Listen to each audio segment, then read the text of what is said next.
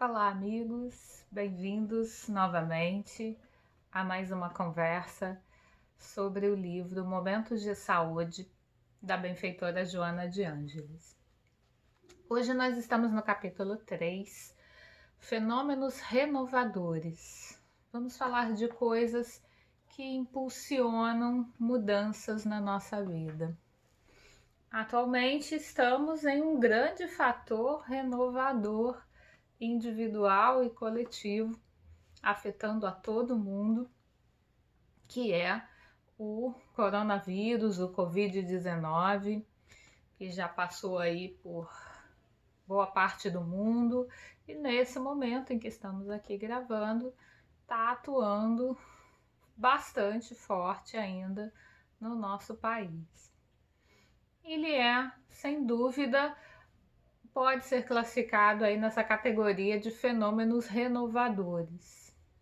Todo mundo está repensando alguma coisa, todo mundo está revendo algo, alguns resistindo mais às mudanças, e com isso nós vamos ver aqui, com a ajuda de Joana, o quanto aumentam o sofrimento. Às vezes a gente escolhe, consciente ou inconscientemente, muito inconscientemente, a gente escolhe sofrer muito mais do que a prova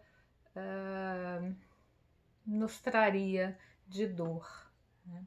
Não que as provas não sejam difíceis, senão não teriam esse nome, né? Provas, expiações, são situações difíceis de lidarmos, umas mais, outras menos, mas sempre é um grau maior de dificuldade na nossa vida, né? A Joana diz que as transformações que a vida opera são fases de desenvolvimento, né? A gente sempre compara com as fases da escola, né? À medida que a criança vai se desenvolvendo, vem matérias um pouco mais difíceis, um pouco mais complicadas, um pouco mais complexas, de raciocínio mais elaborado, de estudo mais aprofundado, isso de acordo com o desenvolvimento delas. Ou, numa outra linguagem, mas dizendo a mesma coisa, é como as fases de um videogame, em que a gente vai passando, a primeira fase sempre é mais fácil para a gente não desanimar, né? Continuar ali na brincadeira, e aí a cada fase que a gente vai avançando surge uma dificuldade maior, um dragão mais difícil ou um labirinto mais complexo para sairmos. Enfim, são fases de desenvolvimento que nós vamos ter.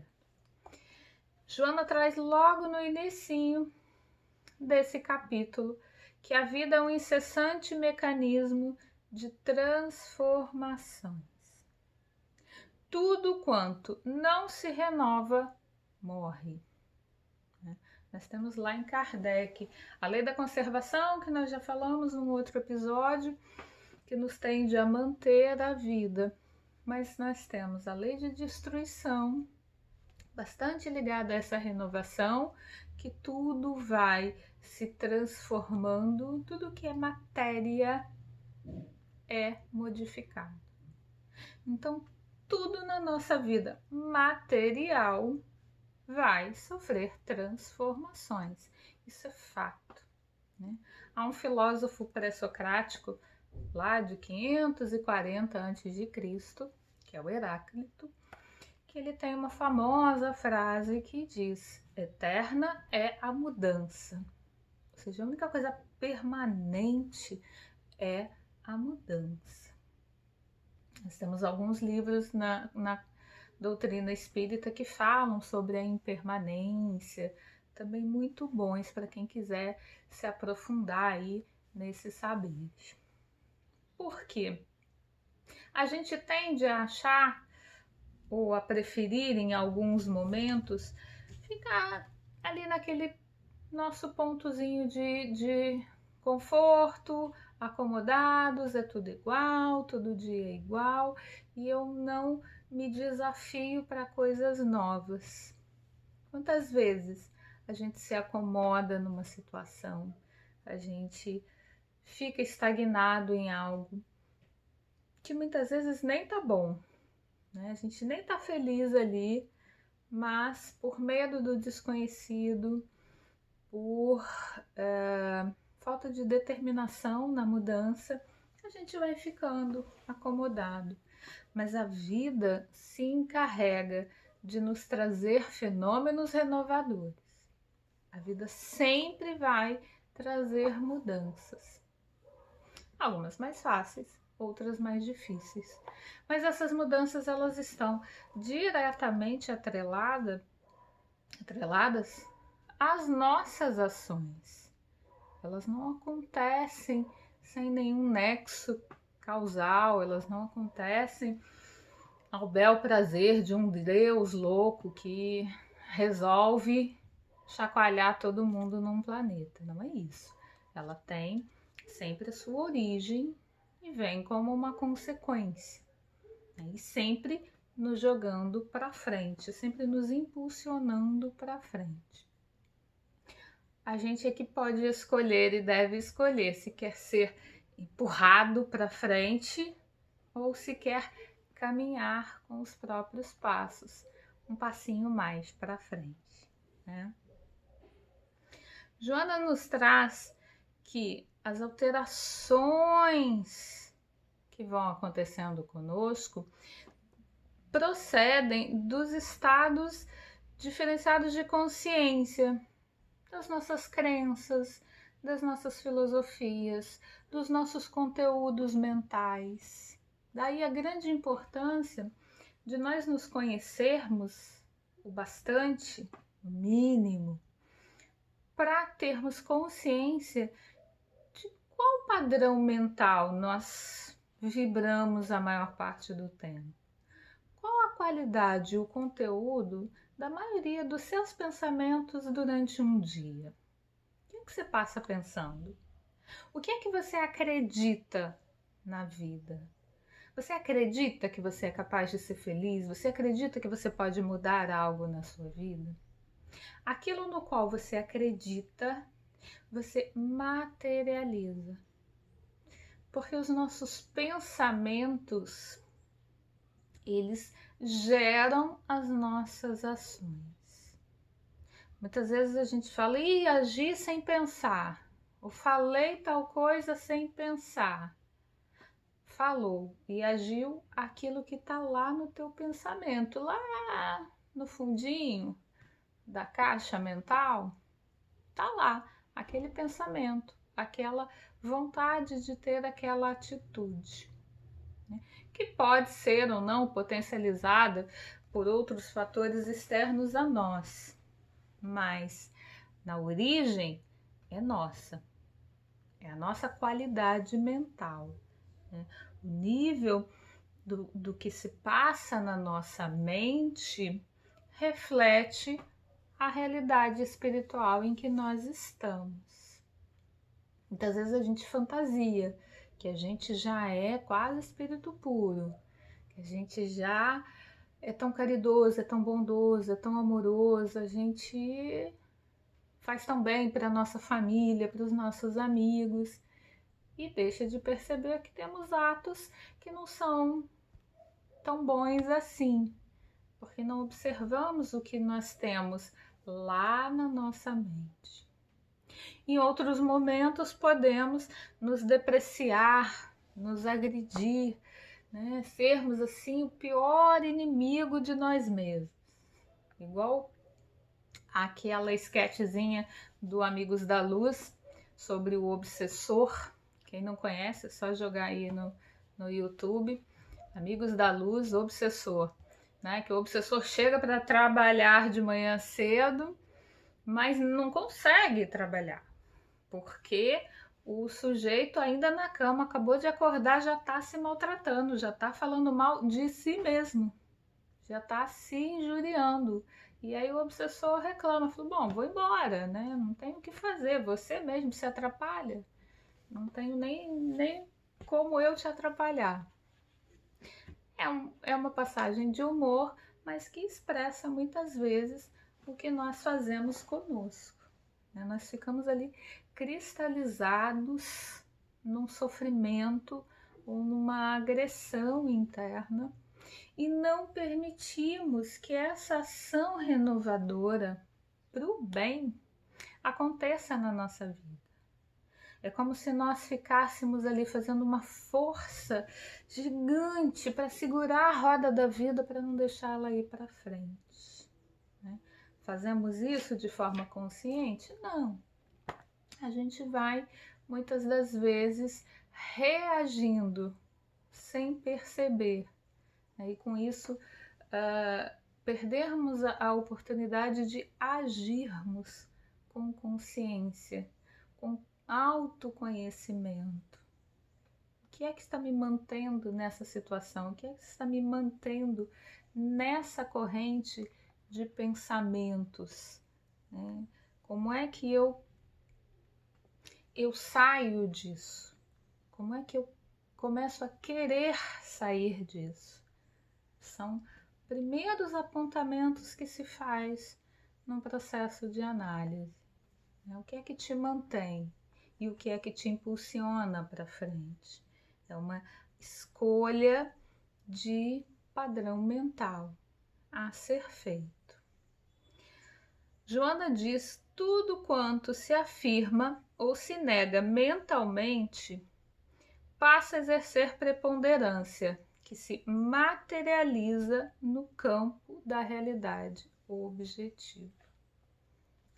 Recentemente eu explicava a um paciente que teve uma série de mudanças, de fenômenos renovadores acontecendo na vida a partir do momento em que ele tomou consciência de algumas coisas e decidiu se mudar.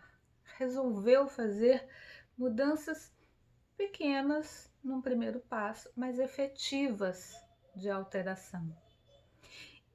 E após isso a vida deu uma outra engrenada, uma série de outros acontecimentos inicialmente pequenos e que têm potencialidade de progressão começaram a acontecer. E a gente justamente explicava a ele esse mecanismo de eu produzir, eu abrir o meu pensamento para a entrada de novos acontecimentos. Quando eu permito que aconteça, é menos doloroso do que quando a vida precisa se fazer renovadora. Porque a renovação é inerente, ela faz parte. Todos nós vamos passar individualmente e coletivamente, em sociedade, por modificações. Como diz Joana aqui, estou fadado à felicidade. E a felicidade está em caminhar um pouco mais para frente, em seguir a rota rumo à felicidade, que é esse encontro com Deus em nós mesmos, né? Ele passa pelo encontro interno que cada um de nós precisa fazer em nível crescente, né? A gente não vai se conhecer inteiramente em 2 semanas, nem uma encarnação, mas a gente vai aumentando esse nível de conhecimento. A cada encarnação a gente vem trabalhar uma área, aperfeiçoar uma área de conhecimento que a gente precisa aprimorar, né? Joana nos traz que a poda renova, a dor desperta, a provação educa. A prova é aquilo que testa esses meus pensamentos, essas minhas ações, essas minhas crenças. Será que eu acredito mesmo em tudo que eu falo? Falo em bondade, falo em perdão, falo em generosidade? Será que na hora da prova eu realmente perdoo? Eu realmente tento me colocar no outro? Ou o hashtag empatia é só uma coisa que eu posto lá na rede social ou que eu cobro do outro, mas eu mesma não pratico tão a fundo. Então a prova, ela vem me trazer essa experiência, né?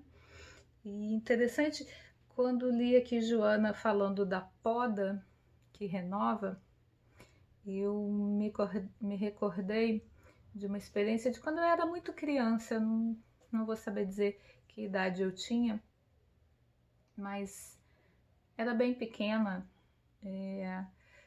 Nós morávamos em um sítio nesse início da infância e tínhamos muitas árvores e gostávamos muito das árvores, infância brincando entre elas. E eu lembro de um dia que meu pai falou que precisava cortar alguns galhos de uma das árvores, uma que ficava bem em frente à nossa casa. E eu lembro de eu olhar com tristeza e dizer: vai cortar os galhos dela? Para mim era como se estivesse cortando, né, os bracinhos daquela árvore. Eu falei: mas vai cortar para quê? Por quê? E meu pai respondeu: vou cortar para ela crescer. Precisa cortar para crescer. E eu repeti a resposta dele, intrigada. Como assim precisa cortar, podar para crescer? Mas se você vai cortar, ela vai diminuir. E aí ele foi me explicando, né, que essa poda na hora, no momento, da forma adequada, fazia com que a árvore ganhasse novo ânimo de crescimento, né, e concentrasse ali a sua seiva, a sua energia para crescer, né, para revigorar.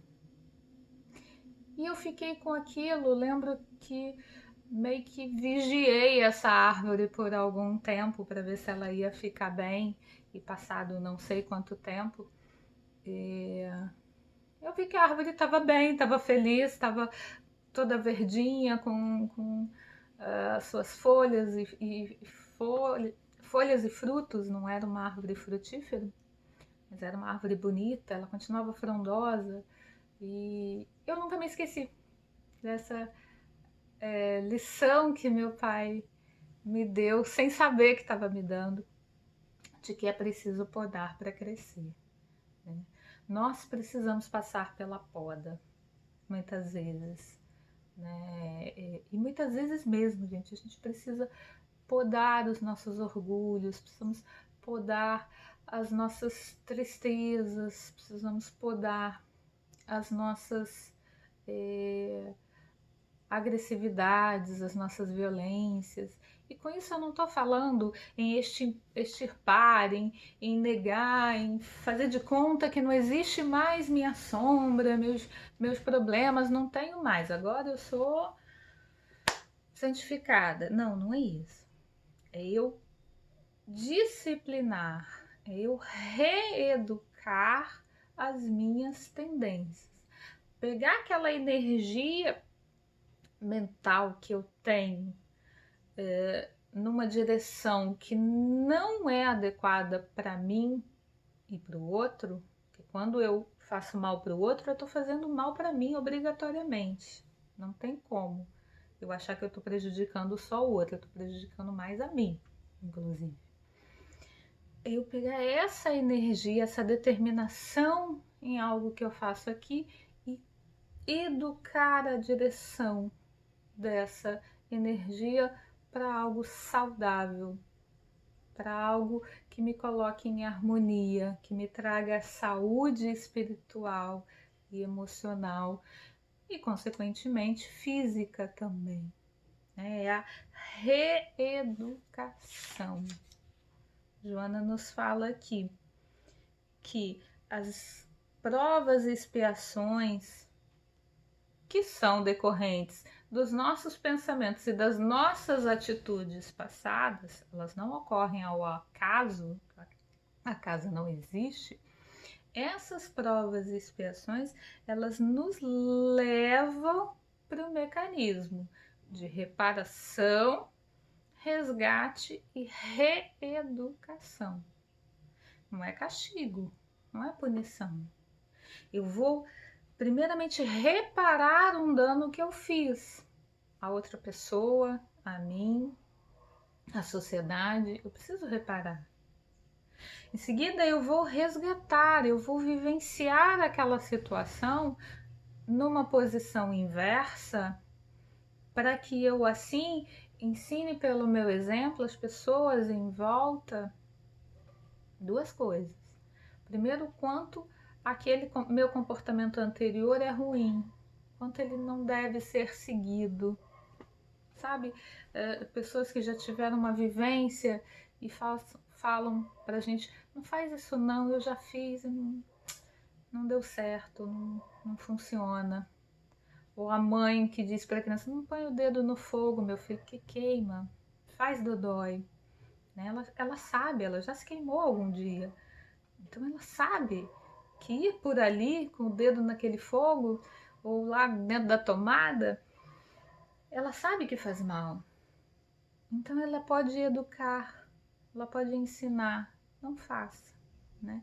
E segundamente a gente auxilia no coletivo, mostrando que é possível para alguém que tenha cometido um erro sair daquela posição, sair daquele local, né? Podermos mudar de atitude. Muito errei e agora, olha, estou fazendo adequadamente. Paulo de Tarso é um exemplo gigante disso. Ele perseguia os cristãos até ele perceber que Jesus era o Messias, e aí ele passa a ser um cristão. E aí ele sofre muitas perseguições, mas para cada um ele era um exemplo vivo de que é possível mudar, é possível fazer diferente. Aí você pode dizer, Jane, mas era Paulo de Tarso, né? Ele viu Jesus ali, eu não estou nesse nível. Mas você está no nível em que você está agora. Então é possível você fazer transformações no nível em que você está agora. Não é depois, não é na próxima vida. É nessa. Há um campo de transformações possíveis e necessárias onde você está, com quem você vive, com as vivências que você precisa passar. Ali é o seu campo de transformações. E por último, reeducação, na fala da mentora. Porque a gente realmente reeduca os nossos sentimentos, reeduca as nossas atitudes, reeducando os nossos pensamentos. É necessário um processo de conscientização, primeiramente, de desejo de transformação. E aí, de perseverança na mudança. Porque a gente muda de ideia em um momento, um clique, caiu a ficha, tive um insight, mas a construção dessa mudança na sua vida real, ela requer tempo, ela requer perseverança. E as pessoas que nos cercam também precisam de um tempo para terem certeza de que a gente mudou mesmo, né? Porque às vezes no primeiro momento que a gente muda, a gente já quer que a família inteira entenda que a gente não é mais aquela pessoa. Como? Se você veio em determinado comportamento até aqui, né? Acordava toda manhã de mau humor, não dava bom dia para ninguém na cozinha. Aí um dia resolve, não, preciso mudar isso. Aí começa uma primeira manhã, bom dia família, tudo bem? A família olha até meio ressabiada, né? O que aconteceu? Não, eu decidi que eu não sou mais rabugento. Ok, no dia seguinte a família vai estar ali de olho, quero ver se hoje vai dar bom dia alegre mesmo, ou se foi só ontem. Requer um certo tempo até que ela se acostume que você se tornou uma pessoa que dá bom dia tranquilamente, sem rosnar para ninguém logo de manhã cedo. E assim dos exemplos mais simples aos exemplos mais complexos, as mudanças mais difíceis. O perdão é uma mudança que requer perseverança, por exemplo. Nesse processo das renovações, como eu já mencionei, é muito melhor que a gente esteja aberto a elas, né? A gente esteja receptivo às mudanças do que numa posição reativa. Joana nos traz um alerta de que a gente não se insurja pela depressão ou violência contra os fenômenos renovadores. Insurgir é se revoltar. Não se revolte com as mudanças da vida. Como Jesus disse lá a Paulo de Tarso, não recalcitres os aguilhões, não dê coices nas mudanças da vida. Aqui ela está dizendo, não se revolte. Pela depressão é quando a gente se destrói por dentro. Tá doendo tanto que eu tô com o meu mundo interno em ataque, em destruição, em desorganização.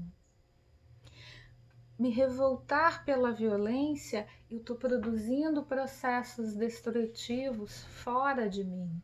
Eu tô atacando as pessoas, as instituições, os objetos, né? São posições de revolta, de não aceitação, que nos colocam num sofrimento que não estava embutido no fenômeno de renovação em si. Ele não estava incluído no plano de Deus. O sofrimento, a dor sim, porque é como lá a árvore que precisa cortar os galhinhos para ela conseguir crescer um pouco mais e não tombar para um lado ou para o outro. Essa situação do meu pai, a árvore estava tombando, então ele foi lá e cortou os galhos de um lado para crescer mais do outro e mais para cima, e a árvore ficou alinhada depois de um tempo, né? Não caiu. Então ele estava agindo em prol da árvore, uma grande árvore na época. Então, quando a gente se fecha no mecanismo da revolta, a gente explode ou implode, né? Ou é para fora ou é para dentro, ou os dois. Às vezes a gente faz as duas coisas, né? A gente fica ali numa posição kamikaze, dizendo eu não aceito, eu não deixo, eu não quero. E com isso a gente sofre mais. Então, quando a gente fala, seja lendo os livros, seja em conversas, a gente fala para aceitar, aquele popular aceita que dói menos, a gente não está falando para deixar os processos dolorosos se manterem como estão. Pelo contrário, é aceitar para transformar, é aceitar para modificar. Se essa situação se faz presente na minha vida hoje, há algo que me trouxe até ela, que eu não tenho e não vou ter como conhecer em plenitude. Eu tenho como saber grande parte dela, porque a minha personalidade, as minhas escolhas determinam o que eu passo. Então, se eu estou passando por algo, há algo a aprender naquele campo. Muitas vezes é aprender a não ser daquele jeito. Se vivemos com alguém em extrema violência, ou em extremo egoísmo, ou em extrema vaidade, é para a gente olhar e dizer, assim não é para eu ser, muitas das vezes. Essa é a lição. Outras vezes é para a gente olhar e se cansar daquilo, né? Se saturar daquela situação, e daí ela se repete em exaustão na nossa vida até que a gente canse de verdade. Não quero mais isso. Não quero mais ver isso. Não quero mais vibrar nesse mesmo nível de energia, de pensamentos e de ações. Que nós consigamos ter a aceitação de algo que essa situação em que eu estou vivendo a me ensinar, a algo que eu preciso aprender, é algo que eu preciso mudar em mim. Primeiro em mim, não ficar tentando mudar o outro, né? Primeiro eu tenho que me mudar. E a partir daí, conseguir planejar o que fazer, para onde ir, como agir, silenciar, falar, mudar, permanecer. São tantas as atitudes que podemos ter, mas todas elas necessitam previamente desse entendimento que nós passamos por fenômenos renovadores, nós passamos por situações que vão sim nos tirar do nosso ponto ali de estagnação, né? Jesus disse a Pedro que ia levá-lo até onde ele não queria ir, porque ele precisava abandonar o velho Pedro para se tornar o novo Pedro, o grande apóstolo Pedro, de amor tão grande. Que nós aceitemos as renovações na nossa vida, que nós trabalhemos para que elas sejam o mais felizes possível, o mais construtivas possível. Às vezes o aprendizado é conseguir sair rapidamente daquele sofrimento. Outras vezes é ter a paciência de esperar o tempo daquele sofrimento. No momento de pandemia, não dá pra gente fugir do planeta Terra, até ir voltar só quando o vírus já não existir mais aqui. Nós precisamos conviver com ele. Então, qual é a melhor forma de eu conviver com ele? Como eu não adquiro? O que é que eu tenho de medidas hoje para eu não adquirir essa doença? Ou se eu adquirir, para que eu não venha a ter consequências mais graves? O que fazer enquanto a pandemia não acaba? Essas são ações que cabem a mim, entendendo que há um todo maior que dirige essas transformações. Mesmo aquelas que nós trazemos, cometo um erro, cometo um crime nessa minha existência. Óbvio que isso não estava no meu planejamento, porque ninguém veio aqui para errar. Mas a partir desse crime que eu cometi, como transformar isso em uma virtude? Como resgatar isso e reeducar e transformar isso em um ponto de auxílio para mim e para o outro? Que nós consigamos estar de coração e mente aberto às transformações e que nós possamos guiá-las, conduzi-las, na verdade, conduzi-las dentro do que Jesus, do que Deus nos guia, deixando Ele como nosso farol, Ele como o nosso guia e mestre. O guia e mestre é aquele que já passou o caminho, ele já conhece a estrada, ele já sabe como passar por aquelas dificuldades e aquelas felicidades também, que muitas vezes a gente cai em momentos de felicidade também, não são só nos das dores propriamente ditas.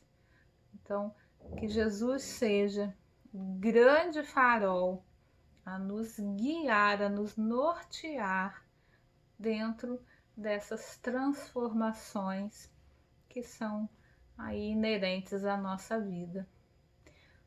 Uma boa transformação, uma feliz e produtiva renovação, seja lá por qual você esteja passando, né? Quais fenômenos renovadores estejam aí te cutucando nesse momento. E no próximo vídeo a gente vai para o capítulo 4, vamos falar nesse crescente de saúde, de momentos de saúde, nós vamos falar sobre liberação. Te vejo no próximo episódio com um pouco mais de momentos de saúde. Um beijo grande e até lá!